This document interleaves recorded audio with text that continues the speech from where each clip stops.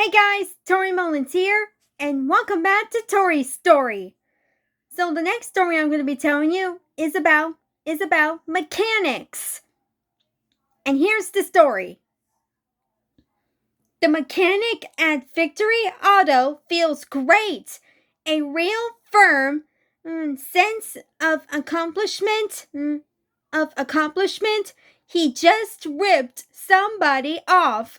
Poor old lady.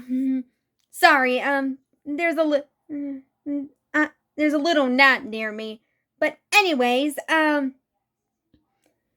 poor old lady charged her a grand for a new car carburetor when all she needed was an oil change. Skamuk thinks the mechanic. He wraps his skeleton ring on the blue Formica countertop and rubs his bald head, then stares into the computer screen and grins. The mechanic only grins at the computer screen, never at the customer. The computer runs the cash register. Happy customers feel nervous around the mechanic. They should. They're happy, kind people. Those are the easiest to rip off. Other customers, the shrewder, half-empty, sort, they don't smile or exchange pleasantries with the mechanic. No, they are more concerned with the tattoo on his forehead. I mean forearm. It's a crappy head. It's a crappy red heart tattoo with the name Yoko inked in black across the center, and an arrow shot through, but not an arrow from Cupid, an Indian warrior's arrow. And these customers, they think, what a skamuk. They know the mechanic doesn't love you, Yoko. The woman whose name has a tattooed across his forearm. He never did, not even the night he made her. That night she asked him in the basement if he liked boom boom. Boom, boom, boom, said the mechanic.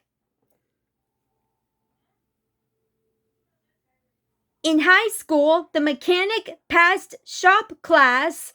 Twice the teacher caught him making a bong. He passed with a D.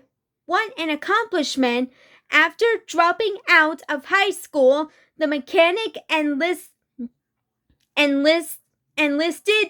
in a Navy. Here's what he did in the Navy. Drank, met Yoko, drank some more, went AWOL. Finally, his father schooled him in the mechanic's trade, then kicked him out the double wide. You're 19, he said, and kicked him out. Being a mechanic, was it? Once the mechanic dreamed of becoming a race car driver, even saved up some money and took lessons, but quit after 2 weeks. That was before joining the Navy. Lying is the mechanic's specialty. Ahead of fixing cars, he's so good at lying. He's missing teeth. The mechanic is not interested in the customer's wants or needs. He listens to a customer and thinks, smuck, and then looks them in the eyes. The mechanic has stone eyes the color of glacier water, and says you need new brakes or you got a cracked serpent serpentine belt or your transmission's about to drop. That's the best. I mean, yeah, that's the best. Trainees and calipers are the best. If the mechanic can scam some poor scamuck on a new transmission or new calipers, it's a case of bud for him that night. Maybe he'll share it with his friends, the other mechanics, but probably not. Usually after work, the mechanic watches NASCAR and drinks Bud. He drinks Bud because the Earnhardts drive the Bud car, and the Bud car is a Chevy. The mechanic loves Chevy. This is how much he loves Chevy. He has their logo tattooed on the back of his neck. There's a skull worked into the design.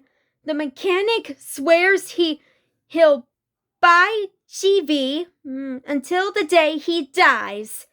The end. That's the story about mechanics.